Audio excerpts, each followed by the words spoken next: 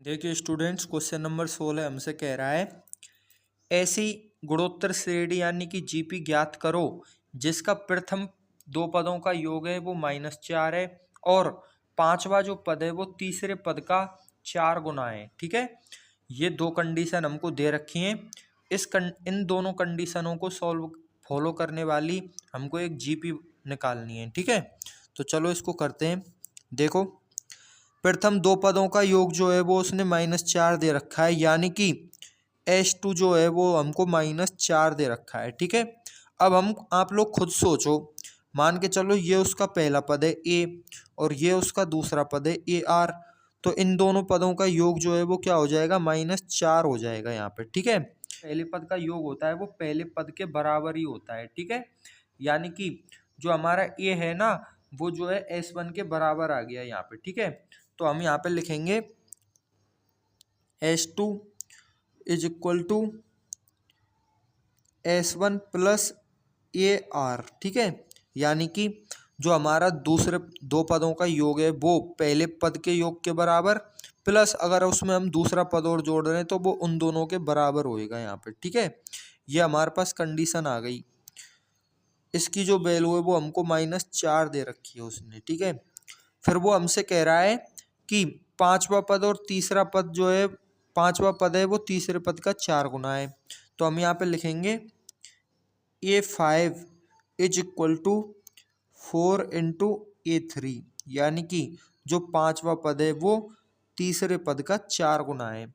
अगर हम इसको जो है जीपी की फॉर्म में लिखेंगे तो देखो ये क्या हो जाएगा, पांचवा पद होता है हमारे पास A इंटू आर की घात 4 बराबर 4 इंटू तीसरा पद होता है हमारे पास A इंटू आर की घात 2। ठीक है, ये तीसरा पद होता है। A से A कट गया, आर की घात 2 है ना, तो आर की घात 2 से आर की घात 2 काटेंगे तो 4 में से आर की घात 2 बच जाएंगी। ठीक है, बराबर आ गया 4, यानी आर की घात 2 बराबर 4 आ गया, यानी कि आर जो है ना वो हमारा ±2 के बराबर आ गया। ठीक है, अब अगर हमारे पास आर की वैल्यू आ गई ना तो ए की वैल्यू भी हम यहाँ से निकाल सकते हैं, इस वाले फॉर्मूले से या फिर इस वाले से। ठीक है, तो देखो कैसे निकालेंगे। इसको समीकरण नंबर 1 दे दो, इसको समीकरण नंबर 2 दे दो। ठीक है, तो देखो समीकरण 1 से हम जानते हैं, उसने दिया हुआ है हमको कि H2 इज इक्वल टू -4, यानी कि A plus AR is equal to -4। पहला पद और दूसरा पद का जो योग है वो -4 दिया हुआ है उसने हमारे लिए। ठीक है, आर की वैल्यू आ गई हमारे पास +-2, तो पहले हम +2 ले रहे हैं। ठीक है, तो यहाँ पे हो जाएगा, ये कॉमन ले लिया हमने, 1 + R इज इक्वल टू -4, यानी कि A इंटू 1 + 2, जब R की वैल्यू कितनी है 2 बराबर -4, यहाँ लिख दो R बराबर 2 लिया है हमने। ठीक है, तो ये हो जाएगा हमारे पास A इज इक्वल टू -4/3। ठीक है, ये आ गया हमारे पास प्रथम पद, जब R की जो वैल्यू है वो कितनी है 2 है। अगर R की वैल्यू हम ले लें यहाँ पे -2, R बराबर -2, तो इस वाले फॉर्मूले में -2 रख दो, तो ये आ जाएगा हमारे पास A into 1 - 2 is equal to -4। ठीक है, यानी कि A इंटू एक में से अगर हम -2 को मतलब एक में से 2 को माइनस करेंगे तो -1 हो जाएगा, बराबर आ जाएगा -4, यानी कि ए की जो वैल्यू है वो हमारे पास आ गई, माइनस से माइनस कट गया, 4 के बराबर आ गई। ठीक है, यानी कि जब R इज इक्वल टू -2 होगा तो जो ए है उसकी वैल्यू हमारे पास 4 आएगी। तो हमारे पास ये दो आंसर आ गए, एक तो ये आ गया, एक ये आ गया।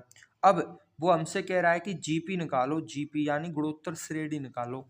तो देखो, गुणोत्तर श्रेणी होती है हमारे पास A, AR स्क्वायर, इस प्रकार से चलती है। तो ए की वैल्यू रख दो यहाँ पे -4/3, कॉमा AR यानी कि ए में आर का गुणा करना है, तो -4/3 में आर का गुणा करेंगे यानी 2 का गुणा करेंगे, तो ये हो जाएगा -8/3। फिर आर का गुणा फिर करना है हमको, तो -8/3 में आर का गुणा करेंगे यानी 2 का गुणा करेंगे, तो -16/3। फिर -32/3। इस प्रकार से जो है ये गुणोत्तर श्रेणी चलती जाएगी। ठीक है, अब इसको देखो, जब हमने r की जो वैल्यू है ना वो -2 ली है, तो देखो यहाँ पे प्रथम पद है हमारे पास 4। ठीक है, फिर हमको r का गुणा करना है, यानी 4 में -2 का गुणा करना है तो हो जाएगा -8। फिर हमको फिर से r का गुणा करना है, यानी फिर से -2 का गुणा करना है, तो -8 में अगर हम -2 का गुणा करेंगे ना तो ये हो जाएगा हमारे पास माइनस माइनस प्लस और 16। फिर -2 का गुणा करेंगे तो ये हो जाएगा -32। फिर -2 का गुणा करेंगे तो ये हो जाएगा +64। यानी कि 4 में 2 का गुणा करते जाना है और एक बार प्लस माइनस इस प्रकार से लेते जाना है। ठीक है, तो 2 आंसर आ गए हमारे पास, एक तो ये और एक ये। यानी कि ये जीपी और ये जीपी दो ऐसी जीपी हैं जिनके प्रथम 2 पदों का योग -4 है और 5वां पद है वो तीसरे पद का 4 गुना है।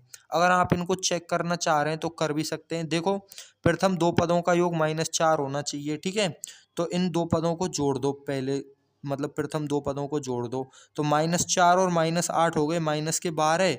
-12 में अगर हम 3 का भाग देंगे तो -4 ही आ जाएगा। ठीक है, उसके बाद इसको देख लो, 4 को और -8 को जोड़ेंगे ना तो ये भी जो है हमारे पास -4 आ रहा है, यानी इनके प्रथम 2 पदों का योग -4 आ रहा है।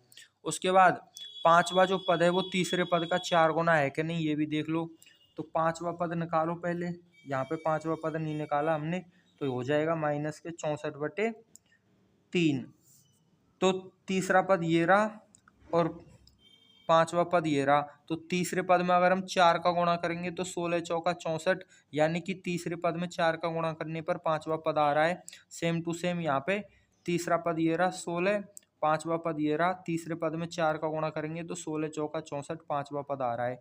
यानी ये 2 जीपी ऐसी हैं जो दिए गए क्वेश्चन की कंडीशन को फॉलो करती हैं। ठीक है।